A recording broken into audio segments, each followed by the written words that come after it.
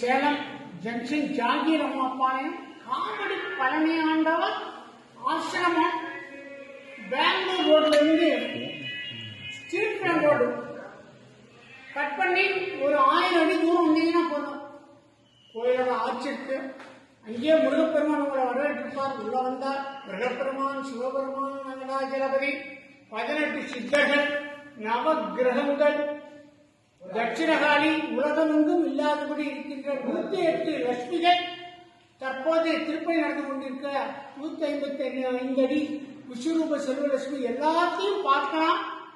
தற்போது மார்கழி மாதம் தினசரி பஜனை நடந்து கொண்டிருக்கிறது. இங்க பார்க்குறீங்க ஆஞ்சநேயர், விஸ்வரூப ஆஞ்சநேயர், பக்த ஆஞ்சநேயர். வேறு பக்தர்களுக்கு வரப்பிரசாதத்தை கொடுக்கக்கூடிய ஆஞ்சநேயர். இவர் கீழே நவகிரகத்தை ஸ்தாபிச்சு அதுக்கு மேல இவரை ஸ்தாபிச்சிருக்கோம். பாத்தீங்கன்னா சனி பகவான் பிடிக்காதவர் ஆஞ்சநேயர்.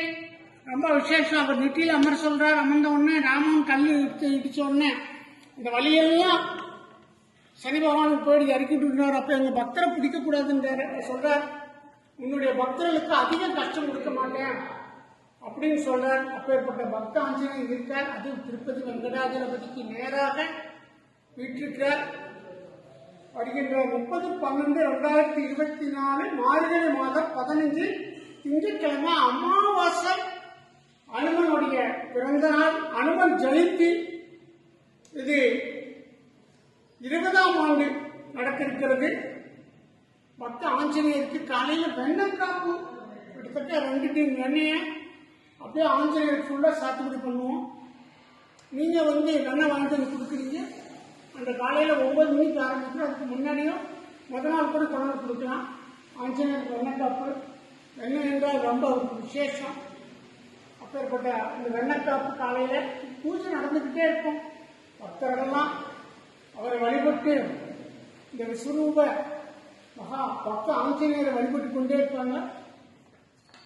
சாயந்தரம் 5 மணிக்கு 18 சித்தர்கள் நடக்கிறவங்க தான். அந்த பூஜை முடிஞ்சோடனே ஆஞ்சநேயருக்கு விஸ்வரூப ஆஞ்சநேயர் மூர்த்திக்கு 108 லிட்டர் பால் அபிஷேகம், 64 லிட்டர் தயிர் அபிஷேகம், 64 திரவியங்கள் அபிஷேகங்கள் எல்லாம் விசேஷமா நடைபெறும்.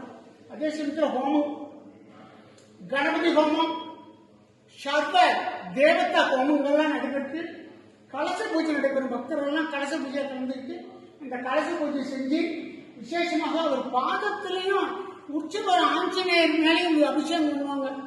அது மாத்திரம் இல்ல, ஒவ்வொரு சனிக்கிழமையும் இந்த உற்சவ ஆஞ்சநேயர் வச்சிருவோம். உங்க கைதான பன்னீர் அபிஷேகம் பண்ணலாம். எந்த கோயிலும் கிடையாது.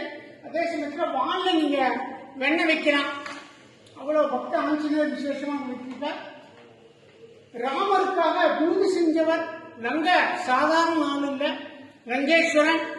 அவங்க லங்கையே அழித்தவர். அப்பேற்பட்ட பக்த ஆஞ்சநேயர் இவர். சிவபெருமானுடைய அம்சம். மகாவிஷ்ணு ராமரா பிறக்கிறப்ப சிவபெருமான் ஆஞ்சநேயருடைய அவதாரமாக வீட்டிருக்கிறார். அப்பேற்பட்ட இந்த பக்த ஆஞ்சநேயருக்கு இந்த அனுமன் ஜெயந்தி நீ தரிசிச்சதுன்னா போதும், வேண்டிய வரத்தை கொடுப்பார். பாருங்க, ராமராமன் பாடிக்கிட்டே இருக்கார். நேரம் ராமா ராமா ராமான்னு சொல்லிக்கிட்டே இருப்பார். அதனால பக்தர்கள்லாம் அன்றைக்கு வந்திருந்து அனுமன் ஜெயந்தியில் கலந்து கொள்ளணும். அதே சமயம் அன்னதானம் சாயந்தரம் நடக்கிற அதுக்கான பொருட்கள்லாம் கொண்டு கொடுக்கலாம்.